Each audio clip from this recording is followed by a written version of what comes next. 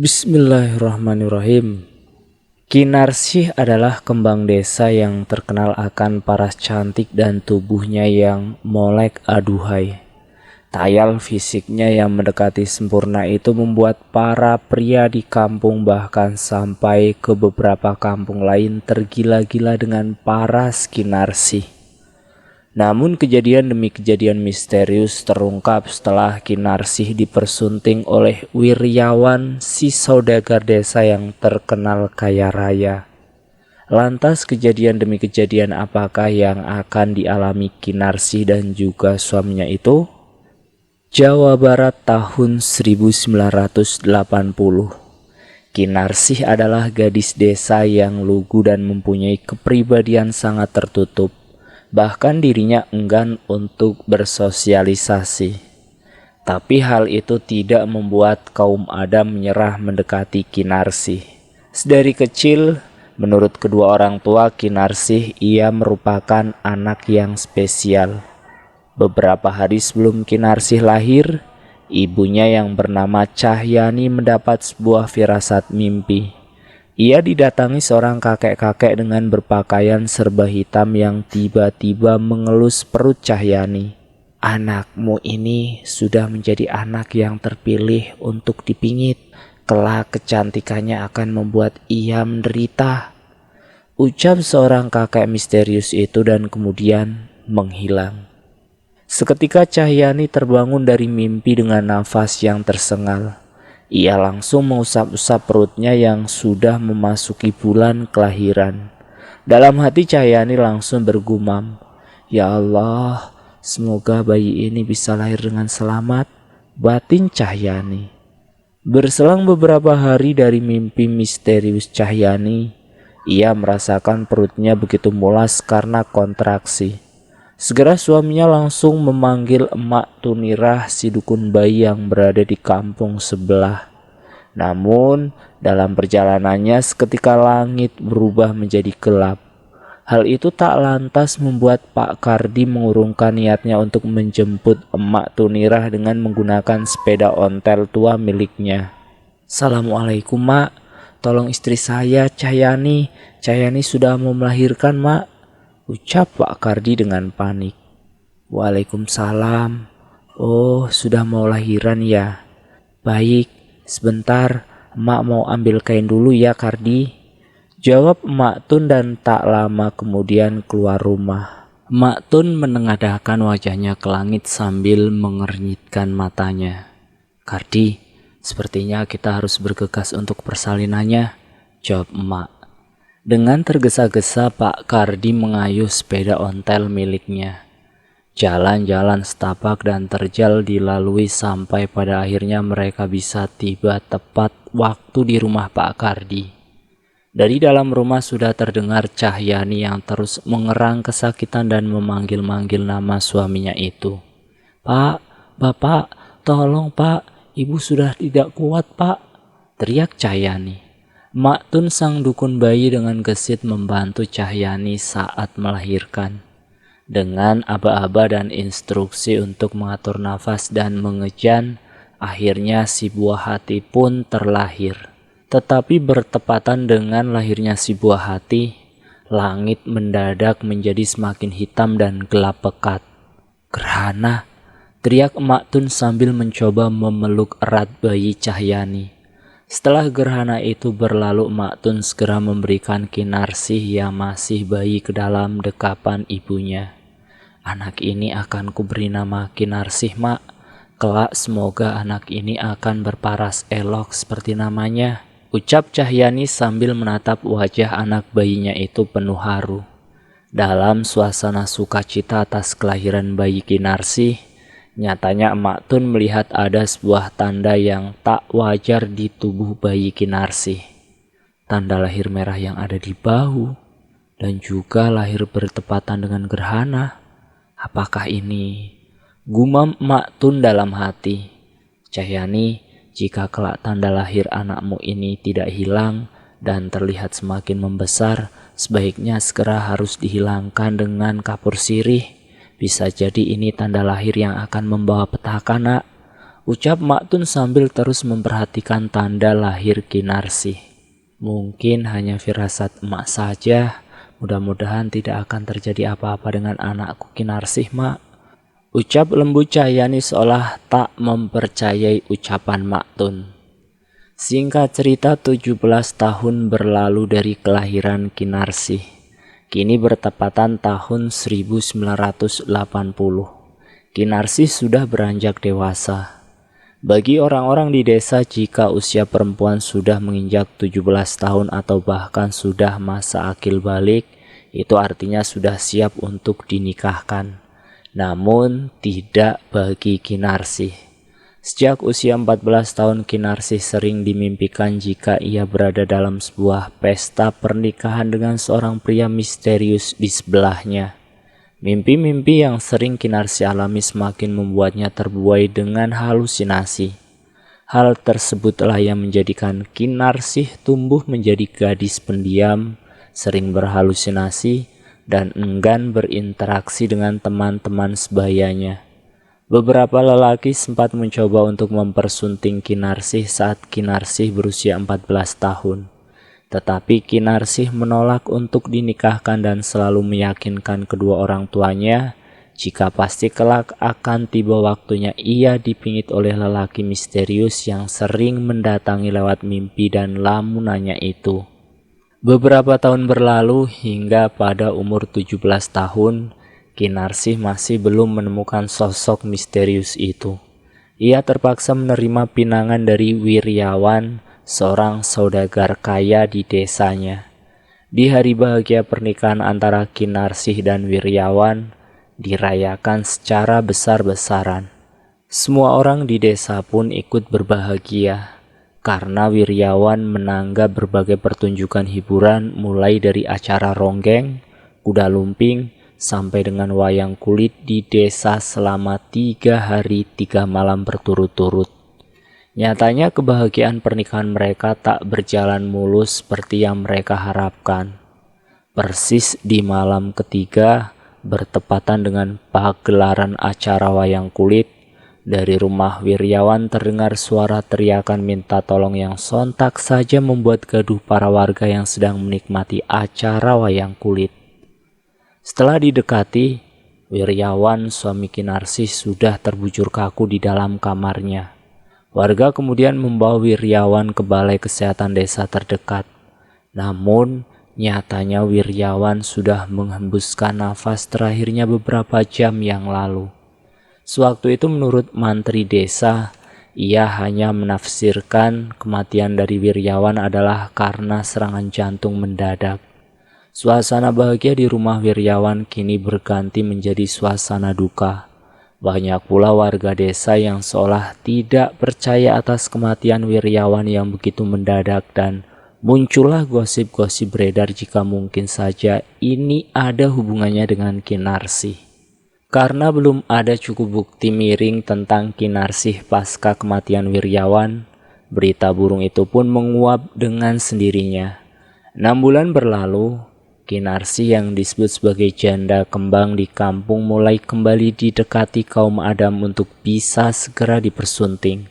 Dari beberapa pria yang mencoba merebut hatinya, Kinarsih memilih Darman untuk menjadikannya sebagai suami.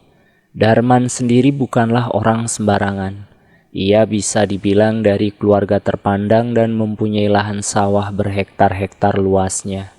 Dengan Darman, Kinarsih sebenarnya sudah memadu kasih 1 bulan lamanya sebelum pada akhirnya memutuskan untuk menikah. Padahal Kinarsih serta Darman sudah memiliki rencana jika setelah hari pernikahan Darman akan membawa Kinarsih ke kota Bandung untuk hidup di sana. Tapi rencana hanyalah tinggal rencana belaka. 1 minggu setelah pernikahan Kinarsih dan Darman, suaminya itu ditemukan tewas karena kecelakaan motor. Untuk kedua kalinya Kinarsih mengalami kegagalan pernikahan. Suara-suara sumbang mengenai kematian Darman kembali menyudutkan Kinarsih yang membuat ia sampai tidak berani keluar rumah. Sepeninggal 2 orang suaminya, Kinarsih semakin menjadi pribadi yang aneh. Kinarsih acap kali mengaku jika lelaki yang dimimpinya saat berusia 14 tahun itu mendatanginya dan berpesan agar jangan ada lelaki yang boleh meminang Kinarsih. Pak Kardi pun dan Bu Cahyani melihat gelagat yang tak wajar dari anak sematawayangnya. Kemudian membawa Kinarsih berobat ke seorang ajengan yang dianggap mempunyai ilmu kebatinan yang tinggi. Setibanya di rumah sang ajengan, Pak Kardi dan istrinya segera menceritakan seluruh pengalaman yang menimpa Kinarsih dari mulai sejak ia berada di dalam kandungan. Di luar dugaan rupanya ajengan tersebut malah berujar, "Jika mau sembuh, sebaiknya dinikahkan dengan anak saya saja. Saya jamin mitos kutukan tentang tanda lahir pembawa sial itu akan hilang," ucap sang ajengan. Pak Kardi dan Ibu Cahyani kaget mendengar pernyataan beliau. Tapi karena di sisi lain Pak Kardi dan Ibu Cahyani ingin anaknya ini bisa menjadi anak normal seperti pada umumnya yang menikah dan memiliki keturunan, mereka pun tak keberatan dengan tawaran sang ajengan. Singkat cerita, hari baik pernikahan sudah ditentukan. Beriku dengan acara sederhana yang dipersiapkan untuk pernikahan Kinarsih dan anak sang ajengan yang bernama Ujang. Selama menunggu hari pernikahan tersebut, Kinarsih dan Ujang saling mencoba mengenal satu sama lain. Di mata Ujang, Kinarsih adalah gadis yang lugu dan rendah hati. Sebaliknya, di mata Kinarsih, Ujang pun dinilai sebagai lelaki yang baik dan santun. Sebulan berlalu, kini Kinarsih dan Ujang duduk di pelaminan. Dalam hati Kinarsih, sebenarnya ia selalu terbayang akan ucapan lelaki misterius yang ada di dalam mimpinya itu. Jika tidak boleh ada satupun lelaki yang meminang Kinarsih, maka mereka akan celaka. Karena perasaannya sudah mulai takut dan tak karuan, Kinarsih mencoba untuk menutupi perasaan takutnya itu di hari bahagia pernikahannya bersama Ujang, dengan cara tetap tersenyum dan menyapa para tamu hadirin yang datang. Selepas acara pesta pernikahan, Kinarsih dan Ujang tak langsung melakukan hubungan suami istri. Kinarsih mengaku jika dirinya sedang kelelahan sehabis acara pernikahan. Rupanya tidak hanya saat di momen itu saja, penolakan Kinarsih melakukan persetubuhan dengan suaminya masih terus berlanjut selama hampir 2 bulan. Berbagai alasan Kinarsih menolak ajakan suaminya untuk berhubungan badan. Dari mulai sedang kelelahan, sedang datang bulan, bahkan Kinarsih harus berbohong dirinya sakit. Bak pepatah, sepandai-pandainya menyimpan bangkai pasti akan tercium juga. Ternyata pepatah itu tepat untuk menggambarkan Kinarsih. Kinarsih ternyata ketahuan berbohong selama ini oleh suaminya Ujang dan ia dipaksa untuk melakukan hubungan suami istri di malam itu. Tak sampai 1 minggu, kini terdengar lagi gema suara "La ilaha illallah" dari rumah Pak Ajengan. Ternyata suara itu adalah suara dari arak-arakan para warga desa yang membawa jenazah Ujang untuk dikuburkan. Diketahui Ujang meninggal karena tewas tenggelam saat sedang memancing di sungai. Kematian Ujang sekaligus membuat para warga desa menjadi emosi. Kinarsih kini dianggap menjadi perempuan sial yang bisa membunuh pria. Oleh karena hal tersebut, Kinarsih diusir dan diasingkan dari desa. Ia hidup sendirian di sebuah gubuk yang letaknya cukup lumayan jauh dari desa, dan ia hidup sebatang kara. Sesekali Ibu Cahyani dan Pak Kardi sering mengantarkan makanan kepada anaknya itu berupa beras dan beberapa potong pakaian. Tapi muncul keanehan baru manakala setiap kedua orang tuanya itu memberikan makanan ataupun pakaian Kinarsih. Sang anak selalu berujar, "Bu, Pak, saya sekarang sudah menikah. Lelaki misterius itu kini benar-benar datang ke dalam hidup saya, Pak, Bu. Dia baik, dia sangat perhatian. Ibu lihat sendiri kan, saya di sini tidak kekurangan makan dan kebutuhan lain. ujar Kinarsih. Seketika pandangan ibunya melihat ke dalam gubuk sederhana milik Kinarsih untuk memastikan ucapan sang anak. Nampak ada banyak umbi-umbian dan beras serta pakaian yang dikenakan oleh Kinarsih pun nampak bersih dan baru. Ibu Cahyani lalu teringat akan mimpinya dahulu jika ia pernah diberitahu seorang kakek-kakek yang mengatakan anaknya itu sudah terpilih untuk dipingit, serta ucapan Emak Tun yang menyebutkan tanda lahir di tubuh Kinasih yang membawa petaka. Air mata mulai jatuh dari pipi Ibu Cahyani yang mulai meratapi keadaan anaknya. Kini anaknya menjadi bulan-bulanan warga karena dianggap sebagai wanita pembawa sial. Sebenarnya ada perasaan tak terima anak sematawayangnya diperlakukan demikian. Namun Ibu Cahyani hanya bisa menerima dengan ikhlas jika anaknya adalah anak spesial yang berbeda dari teman sebayanya. Akhir cerita, Kinarsih, si gadis desa yang elok rupawan, menghembuskan nafas terakhirnya di pengasingan. Sebelum Kinarsih tutup usia di umur yang ke-30 tahun, ia mengucapkan salam perpisahan kepada Ibu Cahyani dan Pak Kardi. Bu, Pak, kalau semisalnya nanti Ibu dan Bapak mengunjungi saya, namun saya sudah tidak bernyawa, itu artinya saya sudah berpindah ke tempat suami saya.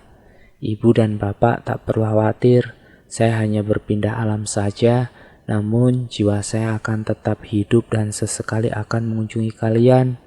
Kinarsih sudah terima, Bu, dengan jalan hidup Kinarsih yang seperti ini. Setelah ucapan perpisahan Kinarsih, hanya terpaut beberapa hari ia ditemukan sudah meninggal dan membusuk di gubuk pengasingannya oleh warga yang sedang mengambil kayu bakar. Nah, itulah akhir cerita dari Kinarsih yang akhir hidupnya harus diasingkan karena dianggap membawa petaka bagi warga desa lainnya. Karena setiap kali menikah, suami Kinarsih pasti selalu meninggal. Terima kasih sudah mampir di channel Ngulik. Jangan lupa tekan tombol like, share, dan komen. Tekan subscribe untuk mengikuti video kami selanjutnya ya. Assalamualaikum warahmatullahi wabarakatuh.